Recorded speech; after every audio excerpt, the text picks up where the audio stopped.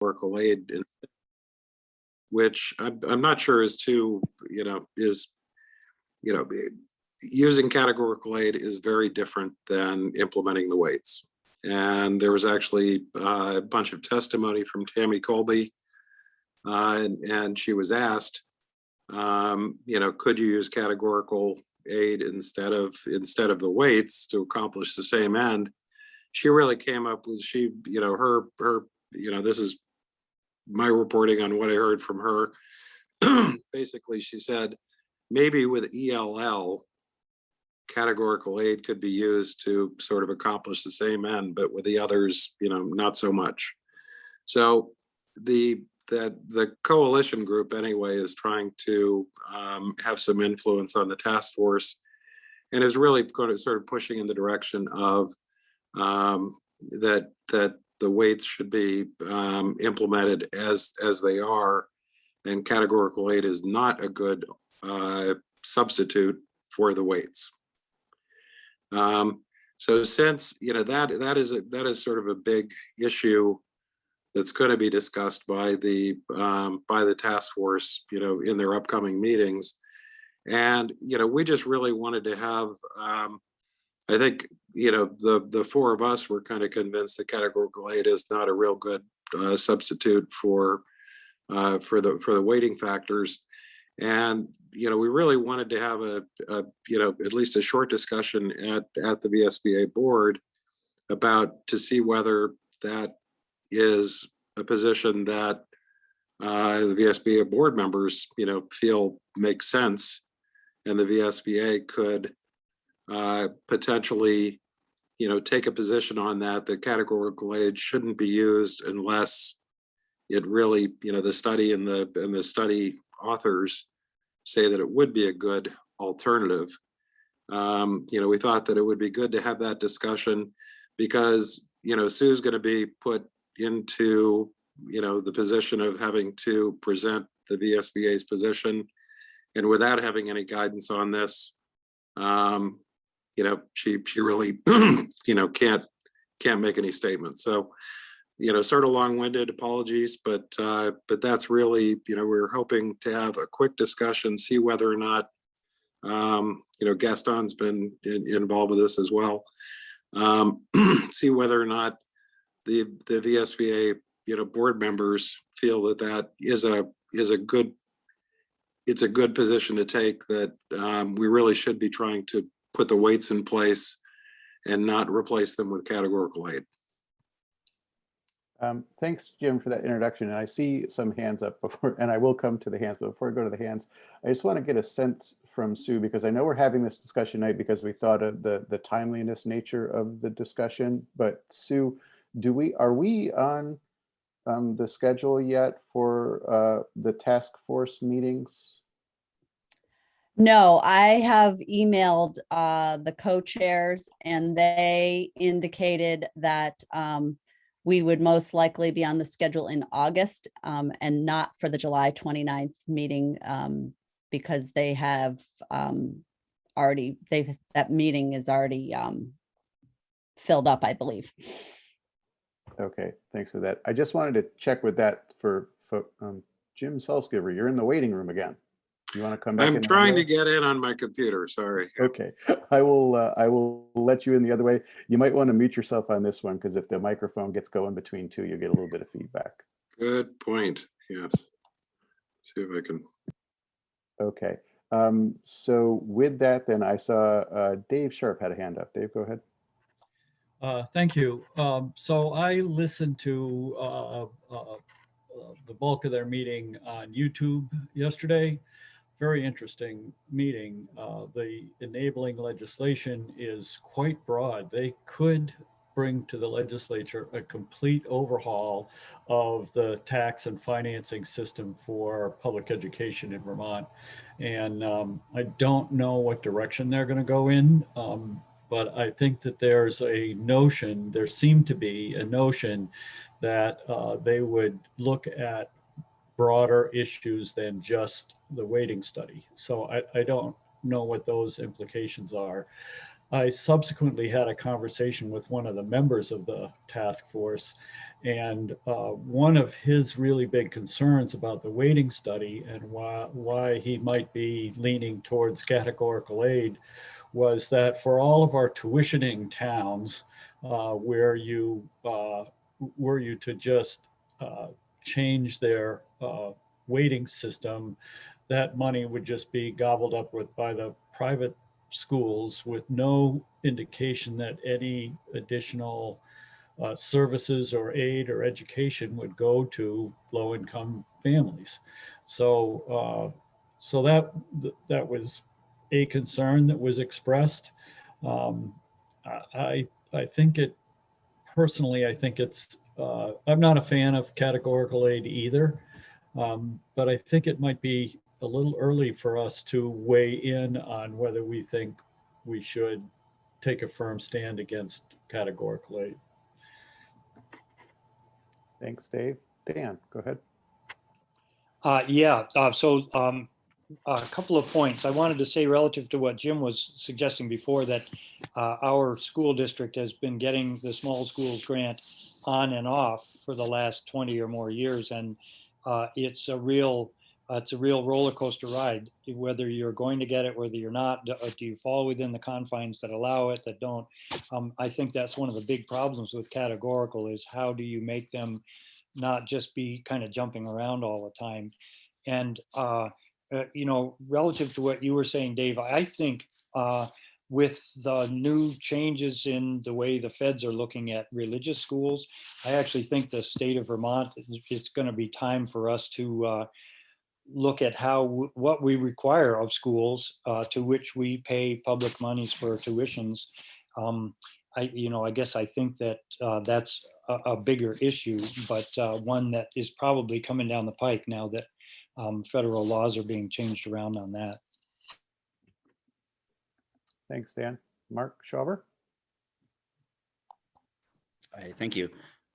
So a couple of things. One, Dave, in regards to the comment you got from one of the members of the task force, I'm not sure that makes a whole lot of sense, because we're already paying tuition. We're already paying their tuition rate. They aren't going to be getting more money from us. Plus, obviously I don't know about many districts in Vermont, but our students go to public schools, not to private schools. And I forgot what the other thing I wanted to say was. I'll come back to you. I don't remember. Thanks. Dave, you had your hand back up?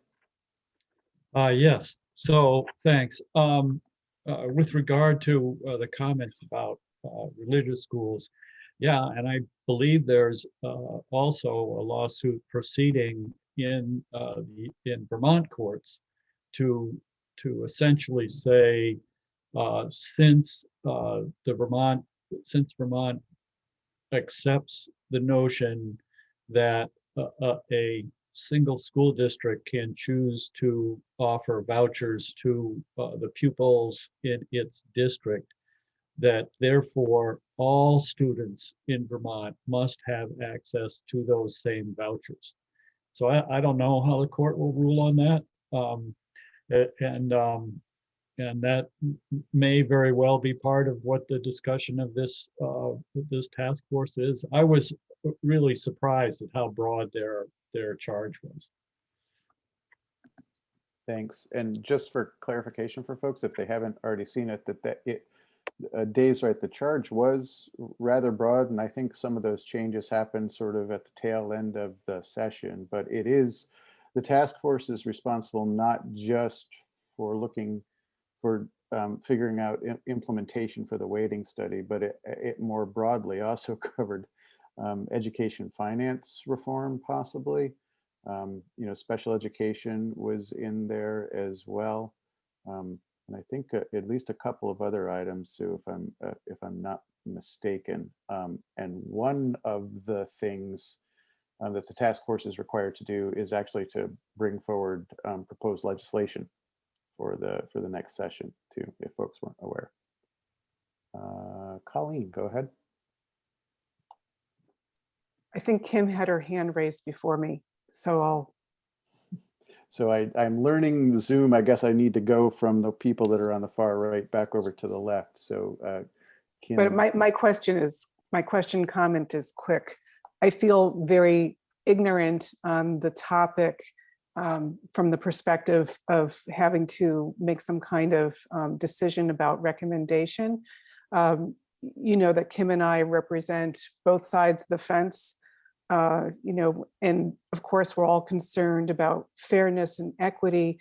But as far as advocating for categorical versus a more strict weighting, or just advocating for just relooking at education finance over an overhaul completely, I don't feel like I have enough information yet, and I would be open to being guided to particular documents I should review, or you know, if it's watching the meetings and so forth, and so I'm looking for input on what is it that I should be spending my time on. Thanks. So I think for starters, if we haven't shared it already, we can share with you the legislation language that formed the committee. And Colleen, were you with us at the time that we actually had the presentation from Tammy Colby? Yeah, I'm familiar with the study. Okay. It's just, you know, I did not, I didn't participate or observe the meeting last week where there was a discussion about the categorical aid, and that's a new twist for me. And you know, I guess I've been too busy and came into this meeting not fully prepared. So I'm looking for numbers, for example, or you know, what are the real policy implications related to categorical versus a true weighting study. So I've been following the weighting study from the beginning. You know, personally, I know Tammy, I know what she's been doing, and I really trust her work. But I don't feel like right now that I have enough information that I could have any kind of vote one way or the other. Okay. Thanks for that, Colleen. And then maybe I might just want to turn to Sue briefly, because on the question that Colleen just raised on the policy level question of the implication of a categorical grant versus that, I'm not even sure that even the legislature has had that discussion, or did I miss it somewhere? Well, this task force is going to be having that discussion, but they have not had it yet. Okay. All right, so if I've got my order of hands correct, I'm going to Gaston next. No, he's shaking his head. I don't get it right. People. No, I think it's Sue. I think, no, Kim. It's Kim, then All right. me, and then I think Mark. How's that? Okay, now I know where to look. I've got it. I won't make this mistake again, I promise. Kim, go. Hi, thanks. I usually go from the participant list if that helps at all when I'm having to navigate such things. I just figured that out. I think I would agree with Colleen, and I think even more broadly, stepping back from the way we normally want to provide guidance for Sue to be able to provide responses or craft statements. In these cases, we try not to be so prescribed as to not give her space to respond to what the conversation is. And my concern with being absolute in a situation that feels very dynamic takes some of the tools out of the toolbox for the conversation. It hasn't been our practice, for good reason, I think, to take that approach. And we've spoken, I think, in a few different ways to our position regarding the importance of a thoughtful implementation plan that should be part of this work. And then I guess the other caution that I would say is that I understand the weighting study to have been very specific to this, to our current funding structure. And if the entirety of the funding structure were to be upended, it would strike me as lending itself to some sort of affirmation that the weights hold up in a different funding structure. So that, I mean, there's a lot of moving parts that would seem premature to be absolute in our statements to what Sue might have the opportunity to offer testimony to and feedback on based on what comes out of even the end of July meeting. Thanks for that, Gaston. Yes, thank you. So, good points. For me, though, it seems that, we're all about making data-informed decisions and recommendations. And it seems that the weighting study was very much focused on the data and looking at the data. And certainly, Kim is correct. If the funding changes, then the whole thing changes. But nonetheless, that, the recommendation was that there's a population in Vermont that is being underfunded, and that we really needed to do something about, those students to get them, the services they need. And for me, if in fact categorical aid becomes the, the mechanism, then I would jump up and down and say, it just seems that you're kicking this can down the road to the future, and you're not addressing what the weighting study was meant to address. And so that is my concern with, with changing over to categorical aid. Now, if they are in fact going to collect data and they can compare the weighting study with how the categorical aid would work, that's another story. But to me, I think that it's apples and oranges. And I think that I would prefer to keep the weights the way they are and address the issue that the weighting study was meant to address. Over. Thank you very much. Over. Thanks. Mark Schober. I want to pick up on what Gaston was saying. If we take a step back from this discussion, let's remember what the weighting study is about. It's about equity. And categorical aid is not equity. It doesn't bring equity. The only way to have equity is to have a scientifically, mathematically proven formula, which is what the weighting study provided us. On top of that, although to me that's kind of end game, but categorical aid was proposed and put in by legislators from districts that are likely to see either a reduction, well, they'll see a reduction in their taxing capacity. And it was put in there as a way to avoid that particular outcome. Let's throw money at the problem, and then we don't have to worry about the equity. We don't have to worry about, taxing capacities going up and down. It's a political. I'm going to use the word football, but that's not quite what I mean. But it's about politics. This problem is, the fix is very simple.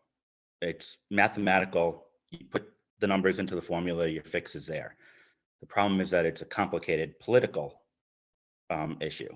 And I think that I actually think it's very important for the VSBA to take a strong position before the discussions get directed at the task force level, so that we are the ones directing that conversation, which was a big part of why I was happy and had wanted this topic for conversation for today. So thank you for putting it on the agenda. I really appreciate that. Sure. And I know I've got a couple of other hands raised, but I also saw Don Collins with his real hand up. So Don, why don't you, if you want to jump in, go ahead. Okay, coming back to Dave Sharp, I respect Dave a lot. I'd like to probably at some future meeting, or maybe it'll come out in the future meetings of the commission, to see why one of the members feels that way, because I don't think that, I don't think they're intertwined. I mean, when you pay tuition, and I'm not real clear why that would have an impact, but I respect Dave, and usually he's on target, so I'll have to kind of follow that one. But for Colleen, I wanted to say, if you talk to the superintendent, or your superintendent said talk with the business manager, having worked with categorical aid off and on for the last 40 plus years, it's a nightmare. And it becomes a political football. So I personally would do anything I could to stay away from categorical aid to solve any problem, because it's going to create problems as you try to budget and have long-term programs that you can have on place for kids, rather than getting a notice that 2 years from now your category aid for some crazy reason is going to reduce 30%. So I'm very opposed to any position right now that says we go categorical aid. I think that's a cop-out. Thanks, Don. Jim Salzgiver. Okay, I put something in the chat, which was, I should have done earlier, but it was some language to hopefully, help give a little bit more direction to the discussion. It was some proposed language that I put together to as a possible, something that we could give Sue to go with on the categorical aid issue. I think, it's basically, trying to give Sue flexibility, and that say that, VSBA would support the use of categorical aid in place of the pupil weights only where the study and the study's authors have indicated such an approach would be an effective alternate way to achieve the goals of the study in terms of providing equitable opportunities for students. So it's, basically, this is playing off of Tammy Colby's, comments when asked, could you use categorical aid? And she said, honestly, maybe with ELL, but not with the rest. And, I think that, I agree with Don's comments that categorical aid is tends to be a very awkward approach to, to solving problems. And in this case, we have on the issue of the, having the legislators, a lot of the legislators, they've got all sorts of different reasons for taking different positions, but a lot of them are pushing pretty hard on going for categorical aid instead of the weights. And I think, that is a serious mistake in terms of accomplishing what, the study was trying to, get accomplished, which was, more equitable, provision of resources to school districts. So, I put that language in there, hoping that might give a little bit more direction. I think on the issue of, it is a problem that the bill, when it came out in final form, said, this task force can do anything in the world they want to practically, they can come, look at a total revamp of the education funding system, which is pretty absurd. They may, some people may try to go in that direction, but that's not really what is, should be in front of them. And I'm a little hesitant to say that we need to hesitate on the VSBA taking a position on something like categorical aid, and we've already taken a position on the weight should be implemented. And that taking a position that categorical aid would not be a good alternative unless, the study and the study authors say that, it is a good alternative. I think, taking that position, hesitating to make a decision on that because the task force could go off track and decide to, change the entire ed funding system. I don't see that as a really, valid reason not to look at this issue. I totally take on board Colleen's point that this hasn't been discussed amongst the board enough to potentially give everybody the comfort with voting on it. And, apologies for that, but that's a really good point. It hasn't been discussed in detail, but I was hoping that people could look at this issue, and if we don't have enough background and all for all of us, then and can't take a position, fine. But that's trying to make this relatively narrow, what we're trying to consider tonight. Thanks. Thanks, Jim. Mark Clough. I guess I don't have anything to add factually because I really agree with Don and Jim and Mark. But I think in terms of timing and process, I think we really should do a shot across the bow. And this is when they're setting the ground rules, and we should let them know we're going to be very involved in this, and we're going to be watching it. It's not a perfect world. We'll never really have all the perfect information until they start to firm things up and we can take another position. But I think now's the time to really set the tone and let them know how we feel. There's been a lot of discussion over the years around this. So I think we're in a position to do it myself. Thank you. Thanks, Mark. Floor. Hi, so I agree with Kim and Colleen. I don't know what the advantage would be to, considering what Jim just wrote on the, that would support the use of caregiver in place of recommended changes in the pupil only when the study or the study authors have indicated that such approach. So that means that we still have to listen to the evidence, get the data, and make a decision. I guess I trust Sue to come back to us to check in with us once we have more information, because we're in that transition period right now. We don't know exactly what is the best way to implement, which is why I think it's the most flexible right now. They're trying to come up with the best approach to implement an equitable way, like Mark was saying. But I don't think that by not allowing the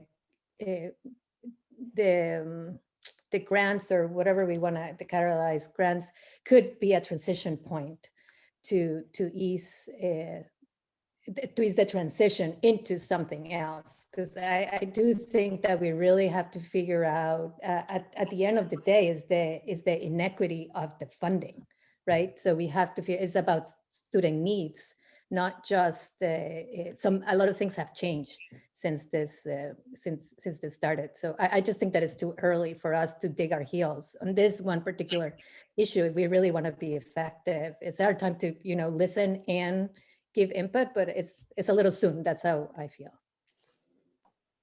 Thanks, Floor. Mark Schauber. So,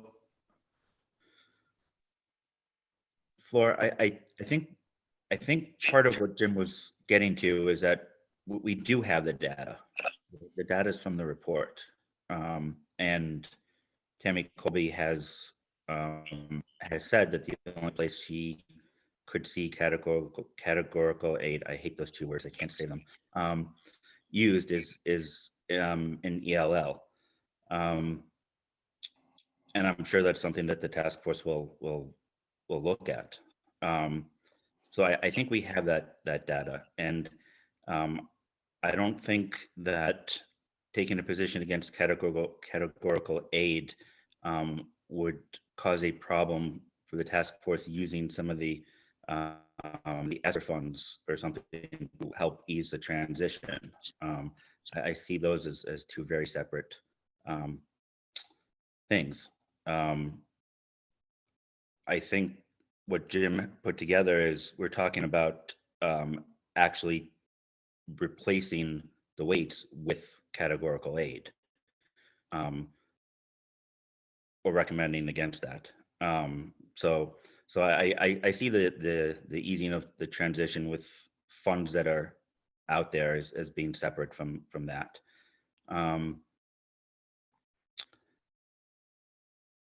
My brain is a sieve tonight. As far as the task force taking on the entirety of ed funding. It will be pushed by at least one member of the task force without a doubt. But that is a multi-year process. You know, you're talking about multiple years to figure out, and then the politics of getting something changed, and then the years that it takes to implement something. What I'm saying is that even if they're going to go down the route of changing the entire system, let's get equity now in the funding formula, and address whatever needs to be addressed in the entirety of the system, if they do decide to change, if they do decide to upend the entire thing. That's a long process. This task force only has till December 15th to provide evaluation and report. That's just, technically they've got 12 meetings. At least they only get paid for 12 meetings. It's just not possible in that type of time frame. That all said, I'm going to take what Jim put in the chat, and with one change, I'm going to make that a motion. And the one change is in the towards the end, it says equitable opportunities for students, and I just want to change that to equitable educational opportunities for students, since that is the language in the Constitution and in the Brigham decision. So I am making that a motion. All right, so we've got a motion from Mark. Mark, just for everybody's benefit, would you mind, if you can you just copy what Jim put in the chat, make your modifications, and then repost it in the chat so that folks can actually see what you're proposing as a motion? Okay. So we have a motion on the floor. Is there a second for the motion? I see a second from Gaston. And just, I want to make sure, because Carrie isn't with us tonight. Sue, are you able to capture this for the minutes? Yeah, I'm working on it. Okay, thank you. If Mark can post his motion, that would be great. Yeah, so thank you very much. So we've got the motion from Mark. And it looks like, and we've got a second from Gaston, and Mark did just put the revised motion language back into the chat so folks can actually read it. I did forget to delete the language proposed at the end, though. I apologize. Okay, so we'll just strike it after students then, is what we're talking about. All right, time for discussion. Oh, and I see all kinds of hands. The first one I have here is Floor, but I don't know, Floor, was that the hand from previously? Okay, and poof, there it goes. Mark, your hand is up, but since you just made the motion, I'm actually going to go to Kim first. Thanks.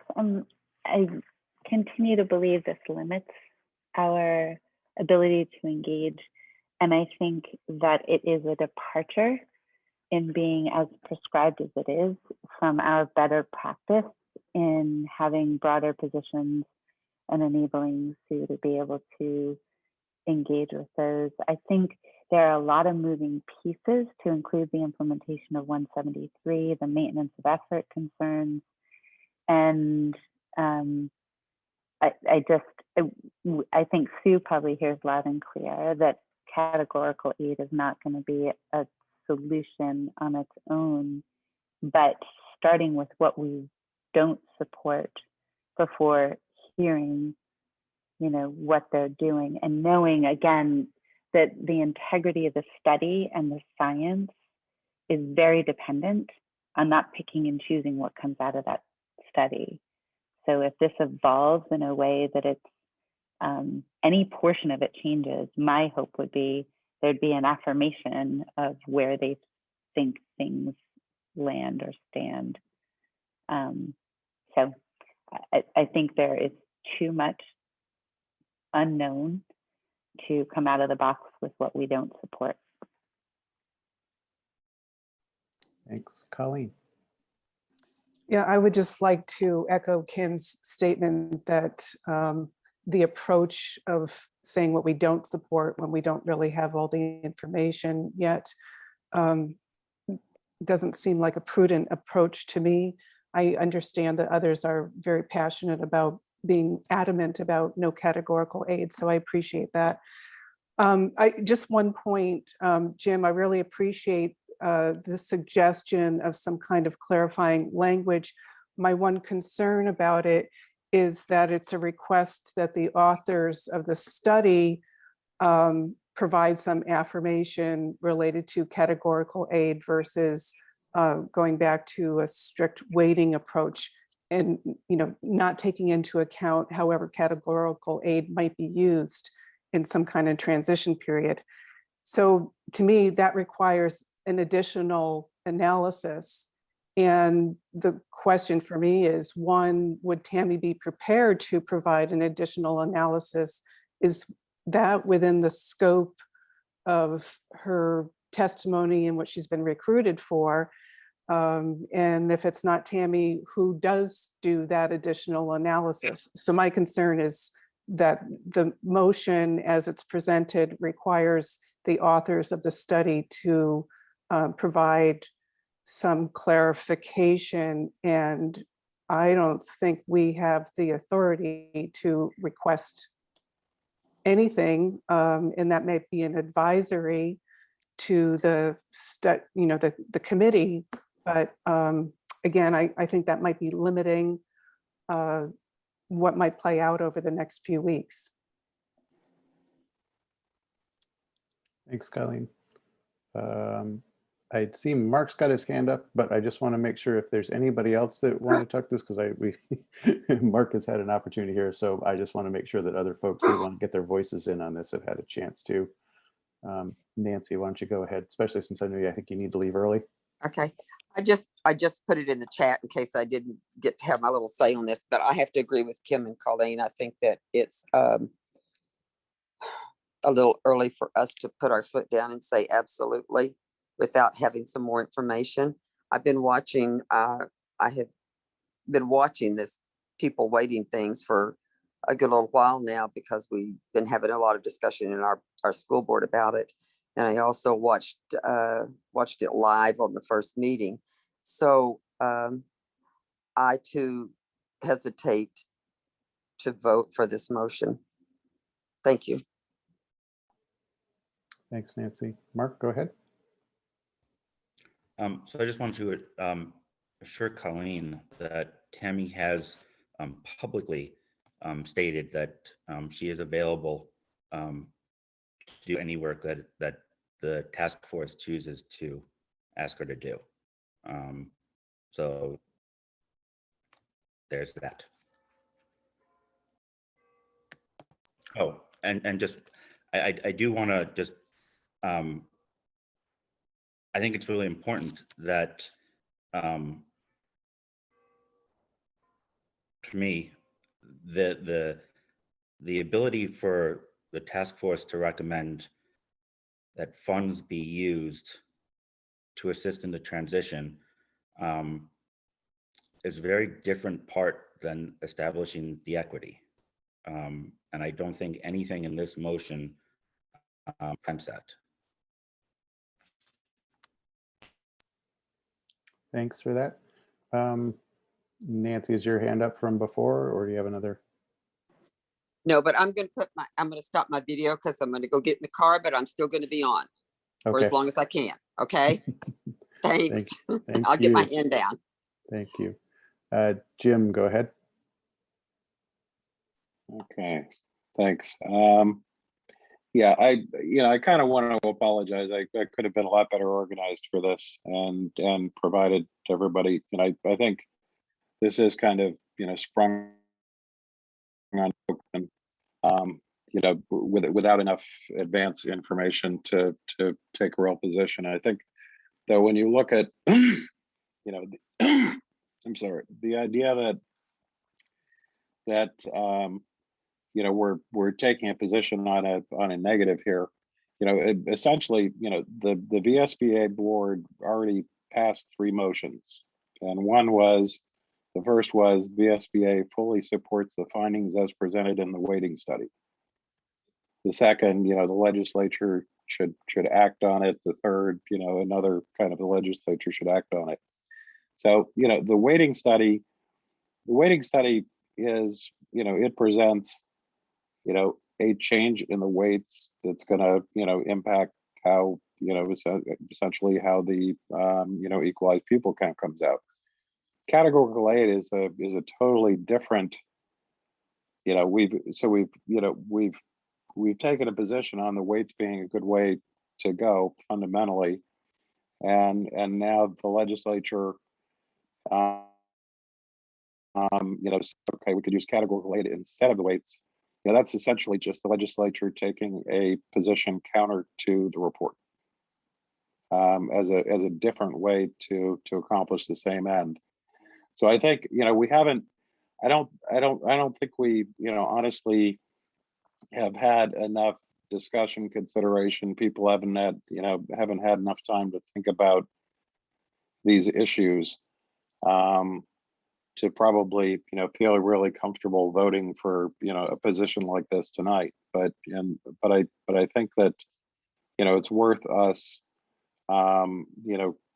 continuing, hopefully, some of us can provide some additional information and get a little bit better of an understanding. I think the view that, we're somehow narrowing our, I don't agree fundamentally with the view that we're significantly narrowing our position and options here. So but in this, we've already taken too much time on this issue probably. So I'm not sure that we can get everybody comfortable with that in the time we have. Thanks, Jim. And I do want to check with folks. So we do have one more item on the agenda. I'm looking at the clock. We've got about 12 minutes left until 6 p.m. Can I see a show of hands? Does anybody have a hard stop at 6? I'm not inclined to go much over that. I do want to give folks some opportunity though, because we've got a motion on the floor with a second and we've got some discussion going on, but I'm not, I don't want to cut people off, but at the same time, we do have a second agenda item that must be covered tonight. So with that, I see, let me go to Dan first. Actually, I think Kim's hand was up before mine. Hers was, but she's spoken a couple of times. So I'm trying to be fair here, Dan, and giving you a shot at the microphone first. I appreciate it. Okay, I just want to say, I thought Mark Clough said something important early on. He said, we just, this is a shot across the bow. This is kind of where we stand at this point. And somebody else had mentioned we could always, if credible evidence comes forward, we can change our position, but let's be in the front of this conversation rather than at the back of it. And I think, Jim, you have sort of put this motion together, put the wording of it together. It sounds like you're saying maybe we wait, but I'm not inclined to do that. I'm inclined to say, take this vote. It may be a close vote, and I hope not, and I hope that people don't feel like something has been, steamrolled over them. But I guess I would also like to think that we should function as a democratic organization here. Thanks, Dan. And before I go to Kim, though, I'll just add to that because I think you missed the very beginning part of the meeting where I had to apologize because we're running slightly afoul of our own bylaws by having this meeting because we're supposed to notice it 5 days prior. And I didn't realize until the weekend when the majority of folks said that today was the best day to meet that we missed that deadline. And so what I suggested to this body at the beginning of the meeting is that any position that we might come to this evening would be advisory in nature, and that we would then revisit it at the August meeting to affirm our original vote. That being said, I will have to let everybody know as chair, I am not getting a true sense of consensus based on what I've been hearing from the discussion this evening. So, I am happy to You know, if folks are feeling like they've gotten through the discussion piece and we end up calling the question on this in the next few minutes, I'm happy to do that. But maybe unlike some previous positions of this body, where I sort of clearly get a sense that we're all on board with something, this one isn't, I'm not feeling it tonight right now. With that, Kim, go ahead. I put it in the chat. I think it is premature to take this position, and especially given we are not on the agenda for the 29th of July, and we meet as a board on August 11th, and the next time that body meets is August 12th. So I think we would do well to, if there's to be a stated position, have it be informed by what comes out of their meeting on the 29th. Thanks, Kim. Dave Sharp? Thank you. I don't know exactly what our procedure is, but if it's reasonable, I would move to table this until the August meeting. Okay. I was worried about that. Now you're really running against my limits as a parliamentarian, so I might need to turn to Sue for some assistance with the table motion. So that's a proper motion. It would need to be seconded. I'll second it. Okay, so it's seconded by Kim Gleason. Does the motion require debate or discussion, Sue? Neil, who seconded the motion? Kim Gleason did. Okay. I did, but I saw your hand too, Don, so whichever. No, my hand was not up to second. My hand was, I think if you're going to table it, you should table it to a date certain. I believe that's, if Clarence was here, he would tell you that. I think that the motion was to table it to a date certain, wasn't it? To table it until the August 11th board meeting? Yeah. I didn't hear the date part. Motions to table are not subject to debate. Okay, so it just goes to a vote. Is it a regular majority vote, Sue? I'd have to pull out my Robert's rules. I didn't, here they are. Is this a postponement or a table? My understanding is tabling requires the body to vote it back onto the agenda. So it's a postponement, perhaps?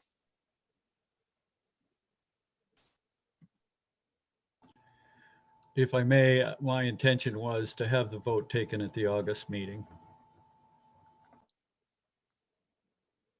Thank you for the clarification, Dave. Let me just give us a moment with our parliamentarian.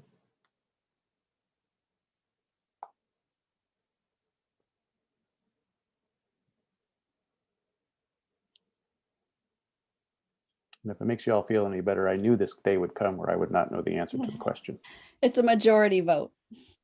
Okay. And Sue, any thoughts as to whether or not we wanted a table or a postponement? To be quite honest with you, if all it requires is a motion at the next meeting to get this back onto the agenda, I'm not worried that we would get that. But that being said, I also want to make sure that we do it properly here. Yeah, let me just check that out. And I thanks for your timing and planning of the agenda, Neil. It would be helpful to know if you want to plan for it on the agenda versus have to move to get it on the agenda. Yeah, so for everybody's benefit here, I had already planned to be having a broader discussion on VSBA's position to bring forward to the task force for the August meeting, since I know that we were going to be invited to, not the July 29th meeting. I knew that that agenda was already full. So it was my intention to bring forward this discussion at our August meeting so that we would have positions then to bring forward to the next task force meeting. So it's not like I wasn't planning on having this discussion at all. I think Jim just brought it forward because of the timeliness nature, that he thought it was important to address it now.